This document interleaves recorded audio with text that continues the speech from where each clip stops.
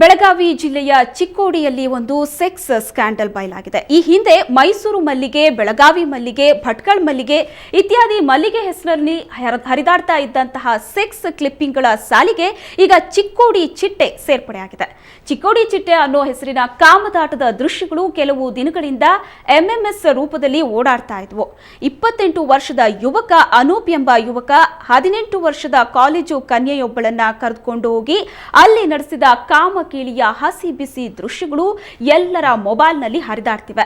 ಕಾಮದಾಟವನ್ನ ತಮ್ಮ ಮೊಬೈಲ್ನಲ್ಲಿ ಚಿತ್ರೀಕರಿಸಿ ಬೇರೆಯವರ ಮೊಬೈಲ್ಗಳಿಗೆ ಎಂಎಂಎಸ್ ಕಳಿಸಿದ್ದಾನೆ. ವಿಷಯ ತಿಳಿದ ಚಿಕ್ಕೋಡಿ ಪೊಲೀಸರು ಅನೂಪ್ನನ್ನ ವಶಕ್ಕೆ ತೆಗೆದುಕೊಂಡಿದ್ದಾರೆ. ಅನೂಪ್ ಈ ಹಿಂದೆ ಖೋಟಾ ನೋಟು ಪ್ರಕರಣದಲ್ಲಿ ಸಿಕ್ಕಿಬಿದ್ದಿದ್ದ. ಅದೇ ಹುಡುಗಿ ಜೊತೆ ಈತನಿಗೆ ಮದುವೆ ಮಾಡಿಸಲಾಗುತ್ತೆ ಅನ್ನೋ ವಿಷಯವೂ ತಿಳಿದು ಬಂದಿದೆ.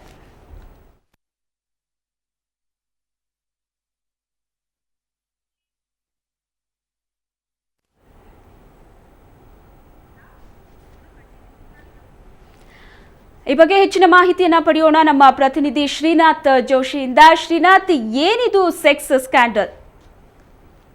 ಕಳೆದ ಒಂದು ವಾರ 15 ದಿನದ ಹಿಂದಿನಿಂದ ಚಿಕ್ಕೋಡಿ ಭಾಗದಲ್ಲಿ ಪ್ರತಿಯೊಬ್ಬರ ಒಂದು ಯುವಕರು ಮತ್ತೆ ಕೆಲವು ಜನರ ಮೊಬೈಲ್ಗಳಲ್ಲಿ ಎಂಎಂಎಸ್ ಓಡಾಡ್ತಾ ಇತ್ತು. ಈ ಒಂದು ಕಾಮದಾಟದ ಒಂದು ಎಂಎಂಎಸ್ ಓಡಾಡ್ತಾ ಇತ್ತು. ಇದನ್ನ ಪರಿಶೀಲಿಸಿದಾಗ ಕೆಲವರು ಇದಕ್ಕೆ ಹೆಸರಿಟ್ಟಿದ್ರೆ ಚಿಕ್ಕೋಡಿ ಚಿಟ್ಟೆ ಅಂತ ಹೇಳುವಂತ ಹೆಸರಿಟ್ರು. ಈ ಮಧ್ಯದಲ್ಲಿ ಇವ್ರು ಯಾರು ಅಂತ ಹೇಳಿ ಸ್ವಲ್ಪ ತನಿಖೆ ಮಾಡ್ಲಿಕ್ಕೆ ಹೋದಾಗ ಆ ಹುಡುಗ ಅನೂಪ್ ಅಂತ ಹೇಳೋದು ಚಿಕ್ಕೋಡಿ ನಗರದವನೇ. ಈ ಹಿಂದೆ ಆತ ನಿಪ್ಪಾಣಿಯಲ್ಲಿ ಖೋಟಾ ನೋಟಿನ ಪ್ರಕರಣದಲ್ಲಿ ಕೂಡ ಸಿಲುಕ್ ಹಾಕೊಂಡಿದ್ದ. ಈ ಹುಡುಗನ ಸ್ವಲ್ಪ ಕ್ಯಾರೆಕ್ಟರ್ ಸರಿ ಇಲ್ಲ ಆಗಿರೋದು ಎಲ್ಲ ಅಲ್ಲಿಯ ಪೊಲೀಸರಿಗೆ ಮತ್ತೆ ಅಲ್ಲಿ ಸ್ಥಳೀಯರಿಗೂ ಗೊತ್ತಿತ್ತು. ಈ ಹಿನ್ನೆಲೆಯಲ್ಲಿ ಆತನನ್ನ ಪೊಲೀಸರು ಕೂಡ ವಶಪಡಿಸಿದ್ದಾರೆ. ಈ ಹಿಂದೆ ಸೆಕ್ಸ್ ಸ್ಕ್ಯಾಂಡಲ್ ಏನಿದೆ ಅಲ್ಲ, ಇದು ಚಿಕ್ಕೋಡಿ, ನಿಪ್ಪಾಣಿ ಈ ಭಾಗದಲ್ಲಿ ಅತಿಯಾಗಿರೋದ್ರಿಂದ ಇದೊಂದು ಈಗ ಬೆಳಕಿಗೆ ಬಂದಿದೆ ಅಷ್ಟೇ. ಓಕೆ ಶ್ರೀನಾಥ್, ಆ ಹುಡುಗಿಗೆ ಈ ಏನಂತ ನಂಬಿಸಿದ್ದ ಈ ಹುಡುಗ? ಅಂದ್ರೆ ಪ್ರೀತಿಸ್ತೀನಿ ಅಂತ ಏನಾದ್ರೂ ಮೋಸ ಮಾಡಿ ಕರ್ಕೊಂಡು ಹೋಗಿದ್ನೋ ಅಥವಾ ಈ ರೀತಿ ವಿಡಿಯೋ ಮಾಡಿರೋದು ಅವಳ ಗಮನಕ್ಕೂ ಕೂಡ ಬಂದಿಲ್ವಾ? ಇದ್ರ ಬಗ್ಗೆ ಏನಾದ್ರೂ ಮಾಹಿತಿ ಸಿಕ್ಕಿದ್ಯಾ? ನಮಗೆ ತಿಳಿದ ಮಾಹಿತಿ ಪ್ರಕಾರ ಆಕೆ 18 ವರ್ಷದ ಯುವತಿ. ಆಕೆ ಒಂದು ಕಾಲೇಜಿಗೆ ಹೋಗ್ತಾ ಇದ್ದಾಳೆ. ಆಕೆಯನ್ನ ಕೆಲವು ದಿನಗಳಿಂದ ಈತ ನಂಬಿಸುವಂತ ಪ್ರಯತ್ನ ಮಾಡಿದ್ದ. ಮದುವೆ ಆಗ್ತೇನೆ ಅಥವಾ ಪ್ರೀತಿ ಮಾಡ್ತೇನೆ ಅಂತ ಹೇಳೋದು, ಅವ್ರ ಜೊತೆ ಸುತ್ತಾಡುವಂತ ನಾಟಕ ಕೂಡ ಮಾಡಿದ್ದ ಅಂತ ನಮಗೆ ಮಾಹಿತಿ ಗೊತ್ತಿದೆ. ಆದ್ರೆ ಇದು ಅನೂಪ್ ತನ್ನ ಮನೆಗೆ ಅವಳನ್ನ ಮನವೊಲಿಸಿ ಕರ್ಕೊಂಡ್ಬಂದು ಈ ರೀತಿ ಕಾಮಚೇಷ್ಟೆಯನ್ನ ಮಾಡಿದಾನೆ. ಈ ಘಟನೆ ಅವಳಿಗೂ ಕೂಡ ಗೊತ್ತಿದೆ. ಏನೋ ಹುಡುಗಾಟ ಮಾಡ್ತಾ ಇದಾರೆ ಅಂತ ಅನಿಸಿ ಅವರಿಬ್ರು ಮೊಬೈಲ್ ಅಲ್ಲಿ ಶೂಟ್ ಮಾಡ್ತಾ ಇರೋದು ಹುಡುಗಾಟ ಅಂತ ಮಾಡಿದ್ದಾರೆ. ಆದ್ರೆ ಅದು ಈಗ ಈ ಎಲ್ಲ ಬಹಿರಂಗ ಆಗಿ ಚಿಕ್ಕೋಡಿ ಚಿಟ್ಟೆ ಅಂತ ಹೇಳುವಂತ ಹೆಸರನ್ನ ಪಡೆದುಕೊಂಡಿದೆ. ಓಕೆ ಶ್ರೀನಾಥ್, ಕೇವಲ ಪೊಲೀಸರಿಗೆ ಮಾತ್ರ ಅಲ್ಲ, ಅಲ್ಲಿರುವಂತಹ ಸ್ಥಳೀಯರಿಗೂ ಕೂಡ ಗೊತ್ತಿತ್ತು ಆತನ ಕ್ಯಾರೆಕ್ಟರ್ ಸರಿ ಇಲ್ಲ ಅಂತ. ಈ ಹುಡುಗಿಗೆ ಅದ್ರ ಬಗ್ಗೆ ಏನು ಗೊತ್ತಿಲ್ವಾ ಹೇಗೆ? ಹಾಗೇನೆ ಈ ಒಂದು ವಿಡಿಯೋ ಈಗ ಹರಿದಾಡ್ತಾ ಇದೆ ಮೊಬೈಲ್ನಿಂದ ಮೊಬೈಲ್ಗೆ. ಹುಡುಗಿ ಮನೆಯವ್ರಿಗೆ ಈ ವಿಷಯ ತಲುಪಿದ್ಯಾವಾಗ? ಈಗ ಈ ಸದ್ಯ ಈ ವಿಷಯ ಏನಾಗಿದೆ ಕೇಳಿದ್ರೆ ಇಡೀ ಜನಜನಿತವಾಗಿದೆ. ಹುಡುಗನಿಗೂ ಕೂಡ ಪೊಲೀಸರು ವಶಕ್ಕೆ ತೆಗೆದುಕೊಂಡಿದ್ದಾರೆ. ಈ ಹಿನ್ನೆಲೆಯಲ್ಲಿ ಹುಡುಗಿ ಮನೆಗೂ ಗೊತ್ತಾಗಿರ್ಬೋದು ಅಂತ ಅನ್ಕೊಂಡಿದೀವಿ. ಯಾಕೆ ಕೇಳಿದ್ರೆ ಅಲ್ಲಿ ವಾತಾವರಣ ನೋಡಿದ್ರೆ ಇವತ್ತು ಸಂಜೆನೋ ಅಥವಾ ನಾಳೆನೋ ಇಬ್ಬರಿಗೂ ಮದುವೆನೂ ಮಾಡ್ಬೇಕು ಅಂತ ಹೇಳ್ಕೊಂಡು ಮಾತು ಬರ್ತಾ ಇರೋ ಹಿನ್ನೆಲೆಯಲ್ಲಿ ಬಹುಶಃ ಗೊತ್ತಾಗಿರ್ಬೋದು ಅಂತ ಅಂದ್ಕೊಂಡಿದೀವಿ. ಆದ್ರೆ ಈತ ಒಂದು ಮನವೊಲಿಸಿ ಒಂದು ಯುವತಿಯರನ್ನ ಮೋಸ ಮಾಡಲೇಬೇಕು ಅಂತ ಹೇಳಿ ಇಂಥ ಒಂದು ಘಟನೆಯನ್ನ ಮಾಡಿದಾಗ ಯುವತಿಯನ್ನ ಮೋಸ ಮಾಡಿರ್ಬೇಕು ಅಂತ ಹೇಳೋದು ಮೇಲ್ನೋಟಕ್ಕೆ ಕಂಡು ಬರ್ತಾ ಇದೆ ಸರ್. ಓಕೆ, ಈತ ಮೊದಲು ಖೋಟಾ ನೋಟು ಪ್ರಕರಣದಲ್ಲಿ ಸಿಕ್ಕಾಕೊಂಡಿದ್ದ. ಈ ರೀತಿಯಾದಂತಹ ಸೆಕ್ಸ್ ಸ್ಕ್ಯಾಂಡಲ್ ಪ್ರಕರಣದಲ್ಲಿ ಯಾವ್ದಾದ್ರು ಸಿಕ್ಕಾಕೊಂಡಿರುವಂತದ್ದು ಇದೆಯಾ ಹೇಗೆ? ಇಲ್ಲ, ಇದೇ ಮೊದಲನೇ ಸಾರಿ. ಈ ಹಿಂದೆ ಖೋಟಾ ನೋಟಿನ ಪ್ರಕರಣದಲ್ಲಿ ಸಿಕ್ಕಾಕೊಂಡಿದ್ದ ಅನೂಪ್ ಮತ್ತೆ ಕೆಲವು ಅಲ್ಲಿ ಸ್ಥಳೀಯ ಒಂದು ಚಿಕ್ಕ ಪುಟ್ಟ ಗಲಾಟೆಗಳಲ್ಲಿ ಕೂಡ ತನ್ನನ್ನು ತಾನು ಗುರುತಿಸ್ಕೊಂಡಿದ್ದ. ಇದನ್ನು ಹೊರತುಪಡಿಸಿದ್ರೆ ಸೆಕ್ಸ್ ಸ್ಕ್ಯಾಂಡಲ್ ನಲ್ಲಿ ಎಲ್ಲೂ ಕೂಡ ಈತ ಸಿಕ್ಕಾಕೊಂಡಿದ್ದು ಇರ್ಲಿಲ್ಲ.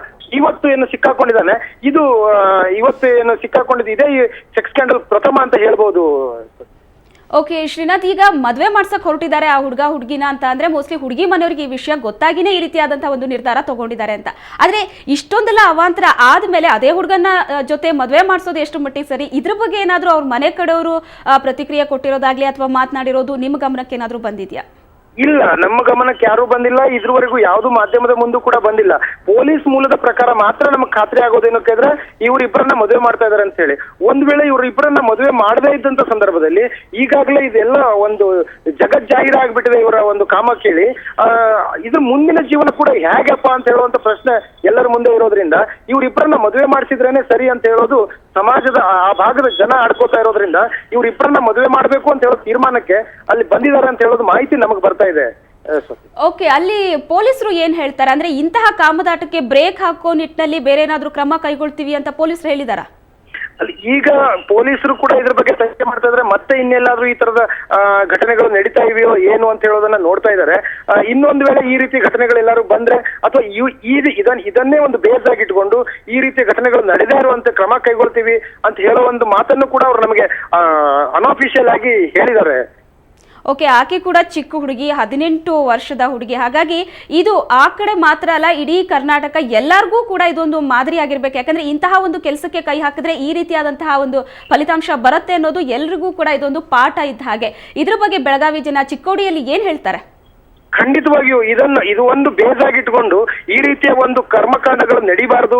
ಮತ್ತೆ ಯುವತಿಯರನ್ನ ಮೋಸ ಮಾಡೋದಾಗಿರ್ಲಿ ಅಥವಾ ಏನು ಅವರನ್ನ ಮದುವೆ ಆಗ್ತೇನೋ ಅಥವಾ ಇನ್ನೇನೋ ಅಂತ ಹೇಳಿ ಅವರನ್ನ ಮರಳು ಮಾಡಿ ಈ ರೀತಿ MMS ತೆಗೆಯೋದು, ಇದನ್ನ ಮೊಬೈಲ್ನಿಂದ ಮೊಬೈಲ್ ಕಳ್ಸೋದಿರ್ಬೋದು ಅಥವಾ CD ಕಳ್ಸೋದಿರ್ಬೋದು, ಒಂದು ಕೆಟ್ಟ ಪದ್ಧತಿ. ಇದನ್ನ ನಿಲ್ಲಿಸಬೇಕಾಗಿದೆ. ಇದು ನಿಲ್ಲಿಸೋದಕ್ಕಾಗಿ ಆದ್ರೂ ಈ ಪ್ರಕರಣವನ್ನ ಮುಂದಿಟ್ಕೊಂಡು ಪೊಲೀಸರು, ಸಮಾಜ ಸಂಘ ಸಂಸ್ಥೆಗಳು, ಇನ್ನಿತರ ಜನರು ಇದನ್ನೇ ಒಂದು ಬೇಸ್ ಆಗಿಟ್ಕೊಂಡು ಈ ರೀತಿಯನ್ನ ನಡೆಸಬಾರ್ದು ಅಂತ ಹೇಳೋದನ್ನ ಕಟ್ಟುನಿಟ್ಟಿನಲ್ಲಿ ಜಾರಿ ತರುವ ಹಾಗೆ ಯಾವ್ದಾದ್ರು ಒಂದು ಕ್ರಮ ಆಗ್ಬೇಕಾಗಿದೆ.